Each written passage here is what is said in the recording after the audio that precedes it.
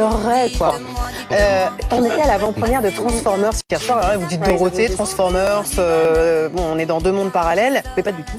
Oui, c'était une ambiance très années 90 au Grand Rex. C'était Retour vers le futur. Je vous parle d'un temps que les moins de 20 ans. Années 90, mais même avant, ma chérie. Oui, années 80, c'est vrai. 90. Dorothée, regardez la cultissime. Récré à deux. Dorothée, accueillie comme une star. Il y avait beaucoup de fans de toujours dans la salle. Alors pourquoi, c'est vrai, Adeline, tu te dis Transformers, Dorothée, pourquoi? Eh bien, parce qu'elle fait un retour au cinéma. Elle double et Razor. Elle a pas changé, Dorothée. Elle a 69 ans, Dorothée. J'ose dire son âge, mais c'est vrai qu'elle n'a pas changé. Donc elle double Razor, un des personnages importants du film. Il faut savoir quand même, Dorothée, on le sait, elle reste dans le cœur de millions de Français, mais elle est très discrète, elle est rare dans les médias. Alors Claire Fleury et Édouard Bonamour, elle attendait de pied ferme, évidemment. On avait droit à une question.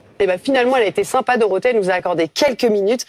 Déjà, pourquoi a-t-elle accepté ce doublage, cet exercice de doublage et l'expérience qu'elle en retire?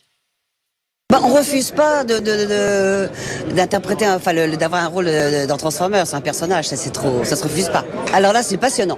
Je connaissais un tout petit peu, pas vraiment beaucoup, mais c'est prenant, passionnant et c'est à la virgule près, au ton près, c'est magnifique.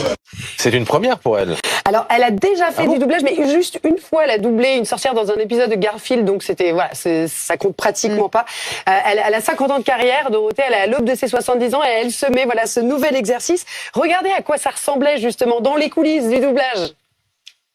Mon nom est Erezor. Je suis une Maximale, une guerrière de votre passé comme de votre futur. Optimus, nous devons nous faire confiance pour protéger ce monde que nous partageons. Grâce à son pouvoir, Unicron possède son âme. Super concentrée, Dorothée. Alors, c'est pas un hasard, évidemment, le choix de Dorothée. C'est le 7e volet de Transformers. Et il se passe au cœur des années 90. Donc, c'est fait pour les fans aussi de la première heure. Il y a plein de références à la série animée, aussi un hommage au film d'animation de 1986. Il y a le look des années 90. On se demande aussi si ce doublage-là, par exemple, parce que c'est de Razor, ça pourrait amorcer un retour, peut-être, de Dorothée. Bon, on lui a posé la question. Si, bien sûr, mais pour des choses intéressantes, pardon. Donc, au coup de cœur, s'il y a quelque chose comme là, j'ai pas hésité, donc on sait jamais s'il y a autre chose qui se propose, oui. Tout est possible, les portes sont ouvertes et quand c'est le petit déclic qui fera que, pardon. Voilà, star des années 70-80. Il y avait des stars des années 90 aussi, également. Oui, il y avait Ophélie Winter, parce qu'elle double aussi un autre personnage dans Transformers. Vous la voyez là au photocall. Et ce bon vieux MC Solar qui a signé le clip. Tout se transforme. Je voulais terminer là-dessus parce que ce clip, c'est un voyage dans les années 90. Regardez.